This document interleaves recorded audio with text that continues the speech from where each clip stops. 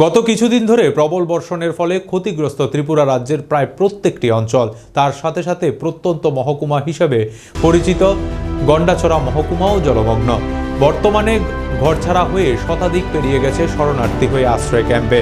যে সমস্ত কৃষিজ ফসল রয়েছে সেগুলি সবকিছু বর্তমানে জলের তলায়, সঙ্গে বাড়িঘরও। দেখা যায় গন্ডাছড়া মহকুমার ধলাঝুরি এডিসি ভিলেজের গঙ্গাধর পাড়ার বাসিন্দা সুবর্ণ চাকমা ও জন্মেজয় চাকমাদের সেই বন্যার জলে ডুবে যাওয়া বাড়ি। বর্তমানে তারা দুই পরিবারের শরণার্থী ক্যাম্পে রয়েছেন। তার মধ্যে সুবর্ণ চাকমা মাটির ঘর ভেঙে পড়েছে। অসহায় হয়ে সংবাদ মাধ্যমের মধ্য দিয়ে সরকারের কাছে আবেদন জানান সরকার যাতে তাদেরকে সাহায্যের হাত বাড়িয়ে দেয়। তাছাড়াও গন্ডাছড়া এবং অমরপুর সড়কের মধ্যবর্তী ধলাঝুরি এলাকায় সড়কপথ জলের তলায়, যান চলাচল স্তব্ধ হয়ে পড়েছে। ব্যাপক অসুবিধার সম্মুখীন যান চালক থেকে শুরু করে পথ চলতি চালক।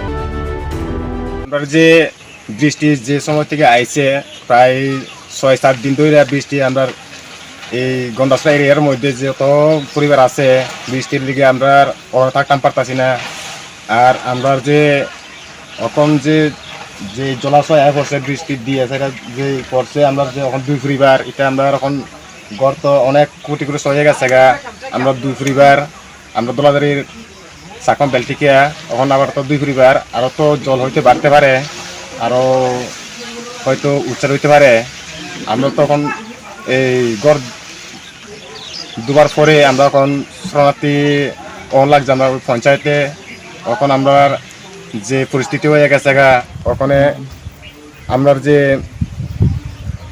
জলাশয় আছে আমরা যে গড় যে এখন দুটো এখন যে ওয়াল ঘর এটা সব ভেঙে গেছে গা। এখন যদি আমরা যদি সরকার যদি কিছু আমরা যদি সাহায্য সহযোগিতা করে, এবং আমরা শুধু আমি না, আমার লগে বাড়ি একজন আর পরিবার আছে। আর গন্ডাছড়া এরিয়া তো অনেক পরিবার ওখানে শরণার্থী হয়ে গেছে, প্রায় 100 পরিবারের কাছাকাছি হয়ে গেছে মনে হয়। এখন আমরা যদি সরকারে যদি কিছু তা যদি সাহায্য করে, আর যদি সাহায্য করার পরেও যদি আমরা তখন জল কবে শুকা জায়গা শোয়ার পরে তো আমরা ওখানে তো কই গিয়া থাকবো বা কই গিয়া আমরা খাওয়ান টাউন তখন কিটা করুম, মনে করেন আমরা যে এখন গড় কোন জায়গা গিয়ে ছাড়া উড়ামু, এটাও তো আমার এখন জায়গা কোনো নির্ধারিত নাই, এই কথা আর কি।